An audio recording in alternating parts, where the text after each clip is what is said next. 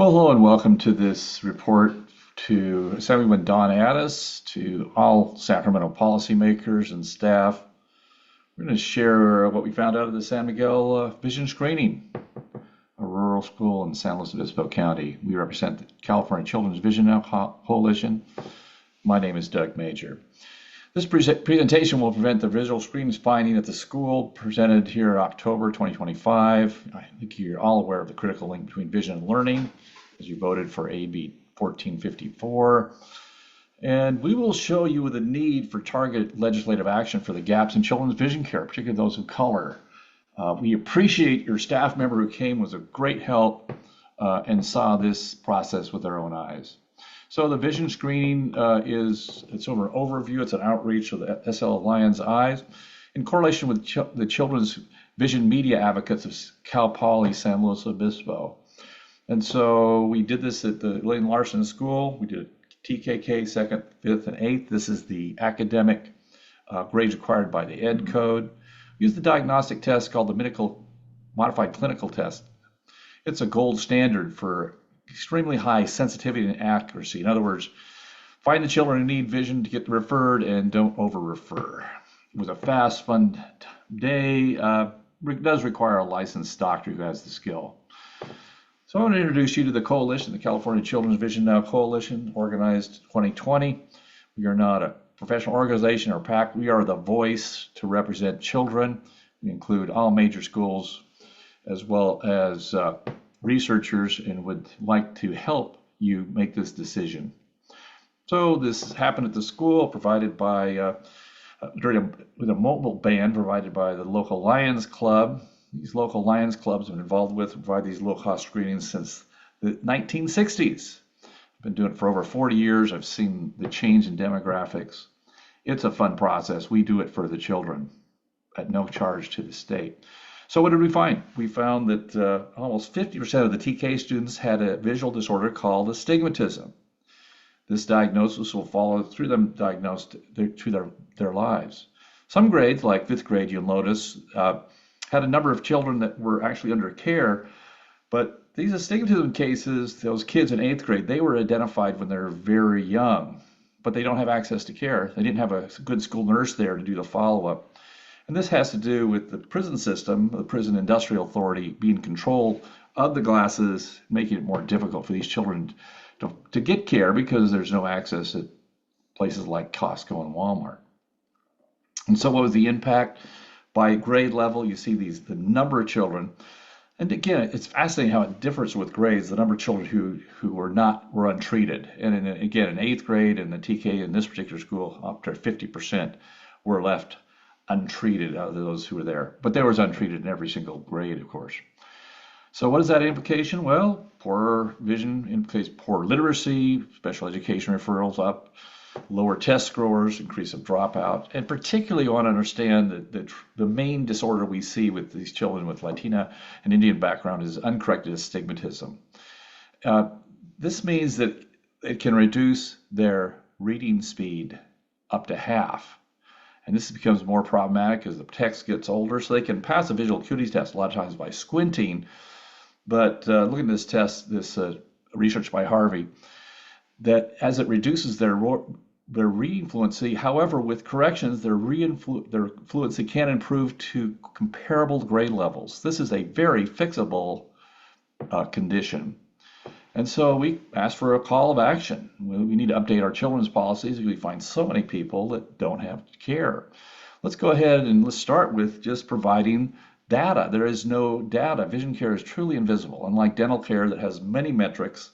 So we have an orphan bill from last year, went through consultation. The Children's Vision Care Public Health Metrics Act it just requires the Department of Health Care Services to provide vision care metrics like they do for every other condition. Oral health, hard to believe it's not there, but they need your guidance. And why? Because of that, we are ranked worst in the nation for access to children's vision care. We like to brag about the things we do. This is not something we want to even discuss. And that's from the Children's Now report. I'm not to suggest why that's partly the case. The Department of Healthcare Services, of course, if they don't treat these children, it's not in their budget, it goes over the education budget with a lot more, again, special education funds. So again, they don't communicate back and forth. MCHAP, which was set by Senator Pan years ago to be the oversight for children's eye Medi-Cal issues, has never talked about vision care until July this last year. In other words, it's been completely invisible to the staff.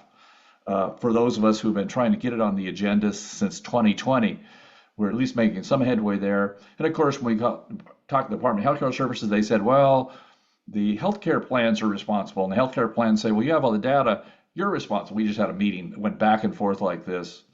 And the kicker is that this exclusive contacts with the California prison industry makes it even more difficult because they say they have no responsibility on maintaining a provider panel to give treatment. In other words, the healthcare plans try to provide treatment and panels for exams, but they have no say in the treatment aspect. And that's why we have problems like San Mateo where many people are giving exams, but one person is giving treatment.